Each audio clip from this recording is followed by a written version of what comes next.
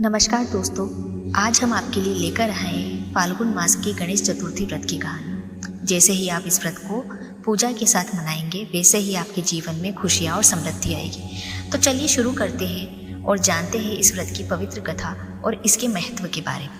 पार्वती माँ बोली, पुत्र, फाल्गुन मास में किस गणेश का पूजन तथा क्या भोजन करना चाहिए? श्री गणेश जी बोले, हे जगत जननी माँ, इस मास में हेरंब गणेश जी की पूजा तथा खीर और कनमेर का हवन गुले मास की गां माताओं से करना चाहिए। इसकी कहानी इस प्रकार है कि सतयुग में एक धर्मात्मा युवनाश राजा हुआ करता था। उसके राज्य में वेद पाठी धर्मात्मा विष्णु शर्मा नामक एक ब्राह्मण रहता था।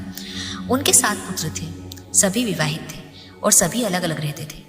विष्णु शर्मा क्रम से 7 के यहाँ रहता था और उनके ही भोजन करता था। इस तरह से वह अपनी वृद्धावस्था को प्राप्त हुआ।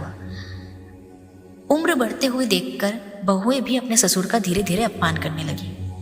एक दिन गणेश चतुर्थी का व्रत आया। उसने सोचा कि चलो मैं अपनी बहू से मदद मांगता हूँ। वो सबसे पहले अपने बड़ी बहू के घर गया। बहू से बोला, बहू, आज गणेश चौथ व्रत है, मुझे पूजन की सामग्री इकट्ठी कर दो। बहू बोली, मुझे घर के काम से छुट्टी नहीं मिलती, तुम रोज कुछ ना कुछ किया करते हो। इस तरह उसने उसका अपमान किया। उसने सोचा चलो कोई बात नहीं, बाकी बहुओं से बोल के देखता हूँ। तो वो धीरे धीरे सारी बहुओं के पास जाता है। सभी बहुएं उनका इसी तरीके से अपमान करती है। इस तरह बेचारा अपमान सहन करता हुआ आखिर में अपनी सबसे छोटी बहू के घर जाता है और पूजन सामग्री के लिए निवेदन करता है। अपनी बहू से कहता है कि बहू, आज गणेश चतुर्थी व्रत है और मुझे पूजन करना है। बहू अपने ससुर से कहती है कि पिताजी, आप दुखी मत हो, मैं अभी पूजन सामग्री लाती हूँ। वह भिक्षा मांगकर सामग्री लेकर आती है।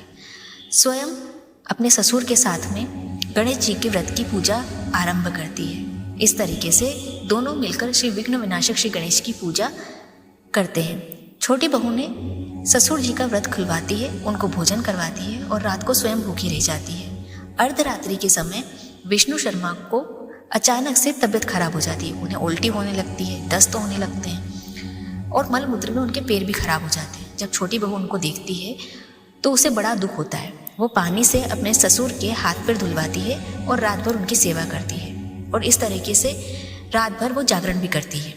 प्रातःकाल हो जाता है। श्री गणेश जी की कृपा से ससुर की तबीयत तो ठीक हो जाती है। वो घर में जब देखती है कि चारों ओर धन ही धन दिखाई देने लगता है।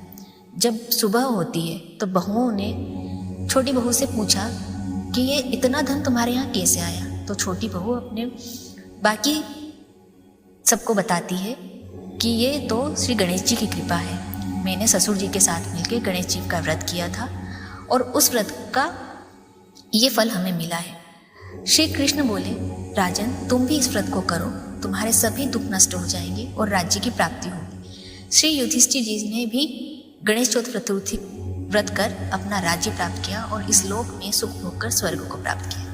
अगर आपको ये वीडियो पसंद आई तो लाइक करें और हमारे चैनल को सब्सक्राइब करें ताकि आपको और भी पवित्र कथाओं के अपडेट्स मिलते रहें। जय जय श्री गणेश।